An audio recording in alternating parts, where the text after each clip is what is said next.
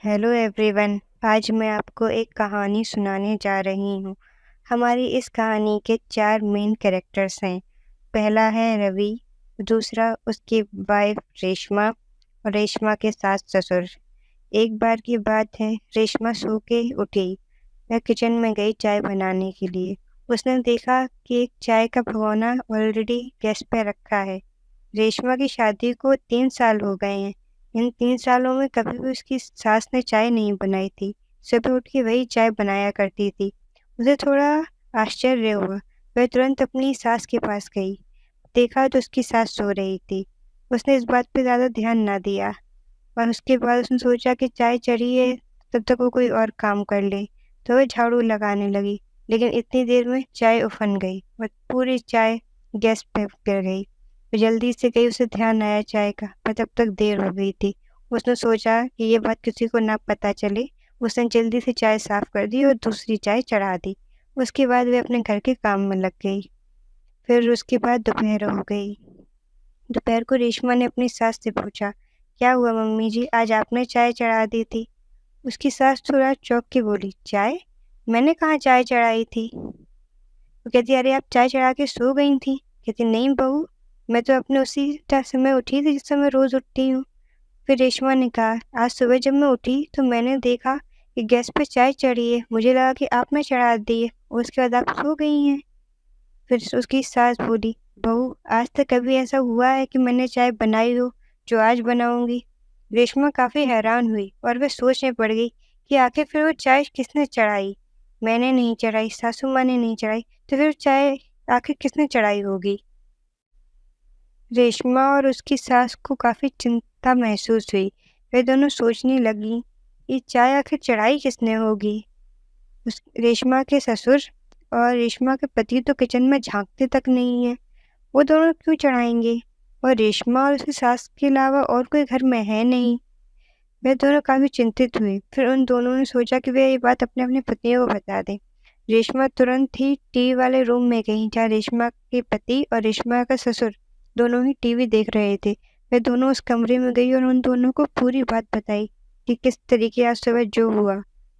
फिर रेशमा के पति ने कहा कि तुमने बात पहले क्यों नहीं बताई? तो रेशमा ने कहा कि मुझे लगा सासू माँ ने चढ़ाई होगी।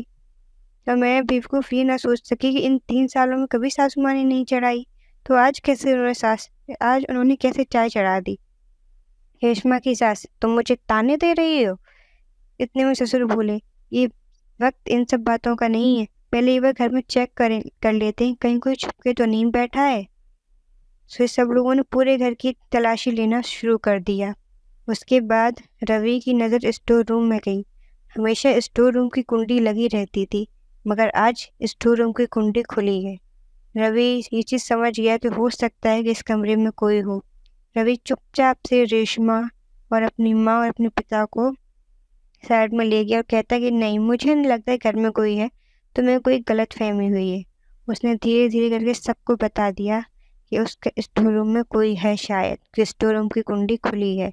और धीरे धीरे से उसने रेशमा से पूछा, क्या तुमने कुंडी खोली थी? रेशमा ने जवाब दिया नहीं। उसके बाद उसने अपने माता पिता से पूछा। उन दोनों ने कहा कि नहीं बेटा। वे दोनों समझ गए कि स्टोर रूम में कोई है, लेकिन तब तक जो स्टोर रूम में था वो भी चौकन्ना हो गया था। रवि धीरे धीरे स्टोर रूम के गेट की तरफ आगे बढ़ा। उसने जैसे स्टोर रूम के गेट का हैंडल पकड़ा, वैसे ही उस गेट पर जोरदार धक्का लगा, जिससे रवि पीछे गिर पड़ा। उसने देखा कि एक मास्क पहना हुआ आदमी, जिसके हाथों में खंजर था, वह उसकी तरफ बढ़ रहा था।